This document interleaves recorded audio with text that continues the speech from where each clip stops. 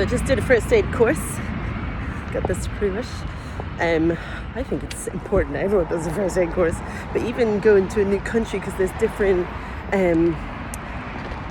kind of a little bit different, like there's different protocols, or there's some different protocols, or even the defibrillator looks different here than it does in Ireland.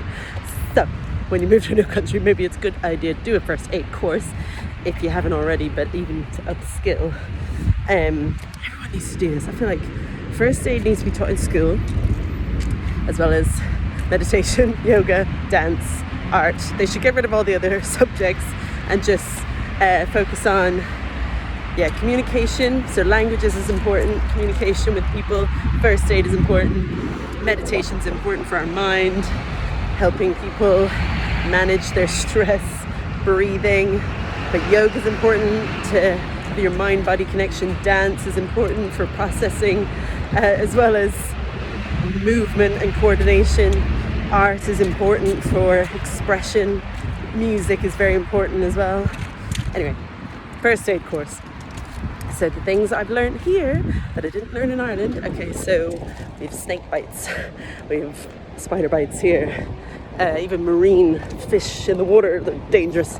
There's different things that are important, but I've learned how to wrap an arm after it's gotten a snake bite. The main thing that you need to know if you get bitten by something, do not move. Once you're moving your muscles, your lymphatic system is moving, and that's what spreads the venom. Something along those lines. Anyway, don't move, and cover the area with a bandage of some sort and pressing down on it, so you're compressing, and then so you're wrapping that's the area, and then you need to wrap the whole arm or the whole leg, and that's another way of keeping the compression so it's not moving around. And try not to move any parts of the body as well. So that's snake bites or spider bites, same thing I think. Hopefully I'm remembering all of this. And we did obviously CPR, different first aid, obviously like the bandages that you need to, if you have like a sprain or a break, just learn how to do them with your arm. If someone is, what was the other one that was here that was different? Oh, I'm trying to remember. Snake bites, spider bites. Talked about the marine animals. Oh, don't pick up anything. Just don't even go in the water.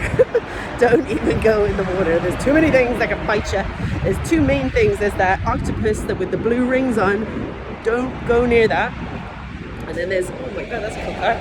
The car's got tinsel all over. And then there's that, is it cuttlefish? It's like a shell, brown and white and black shell. Don't go near that thing. That shoots things out at you. Because there's so many things that can kill you here. Then, okay, so wounds, right? If you get a pen stuck in you, a piece of glass, stab wound or anything like that, don't try and take it out. Do not try and take it out. Get 2 bandages, put it either side of whatever's in the limb, supporting it, so it's keeping it there, and then wrap around that. I think I learned that before, but this is just as a reminder. I did do like tourniquets and stuff like that, but like general bleeding, nosebleeds, I bet a lot of people think or have been told in the past that when you get a nosebleed, put your head back.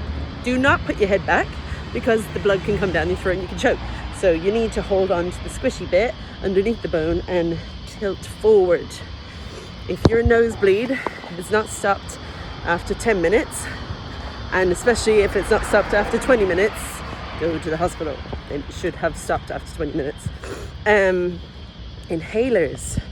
Oh yeah, this is all the stuff. So inhaler, if someone has asthma or something like that, there's the first aid kits here have an inhaler, but also the spacer thing, so that you can use the most of the medication from the inhaler, because 80% of it, if you're putting it in your mouth, can get stuck in your mouth and you don't even get the medication from it. So if you use it in a spacer and you're giving it to someone, it's like that. It almost looks like it's for kids, but you can use it for adults as well. So you put the inhaler in the end and then they breathe through the spacer thing. They take 4 breaths, and then you do another, so it's like 4 by 4. So yeah, 4 breaths from the one spray, shake again, spray again. So you do 4 sprays overall, and then you might do another round, but at this point you should be letting someone know, especially if it's a kid. So anaphylaxis, the EpiPen. The EpiPen, do not get stabbed into the leg especially, or a limb, but the leg especially, like they do in the movies. You don't come in and just jam it in and jab it back out again. You'll be very careful with those EpiPens because they've only got 1 shot of adrenaline in them. So you want to make sure that you hold it like this, not like this with your thumb on the end, like this, right? And you need to hold it. And if the person is lying down, that's ideally what they're doing, is lying down or sitting down with their legs straight out, because once they get adrenaline, they could faint. So make sure that they've got their legs out and they're not even in the chair, because they could faint after they get the adrenaline. So they're down on the ground. Ideally, you're reaching over them to put the EpiPen in, so that you're putting it in almost like towards you, because you've got a better kind of positioning with your arm rather than near you. You don't get enough of a kind of push or push in. So say they're sitting down, you're going to find a place that is ideally only got 1 layer of material, or bare skin would be ideal. So if it's like a pocket, that's not going to be ideal, because again, you only get 1 shot with the adrenaline. So 1 layer of cloth. So if it's their trousers, or if they're wearing shorts, pull the shorts up a bit. So the thigh's got a lot of muscle in there, so that's where you want to go, kind of mid-thigh, between the hip and the knee anyway.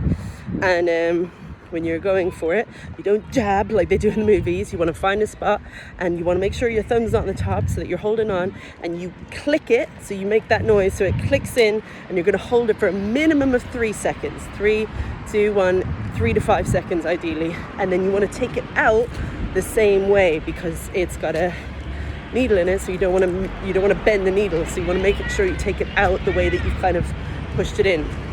It's going to hurt when it gets pulled out anyway, but you don't tell them that. But these are like things that everybody needs to know. I remember doing a performing arts summer camp, and the amount of kids that had flipping EpiPens with them, I was like, Jesus. Like, I know I had to do the first aid for that as well, but I was like, oh, this is a lot of responsibility. But you need to know. But if there was that many kids in that one summer camp that has those EpiPens, you never know who's walking around. Because in our first aid group, when we're doing the anaphylaxis bit, one of the girls tells us that she is allergic to apples. Apples? Who is allergic to apples? I had an apple in my bag. I was like, oh my God.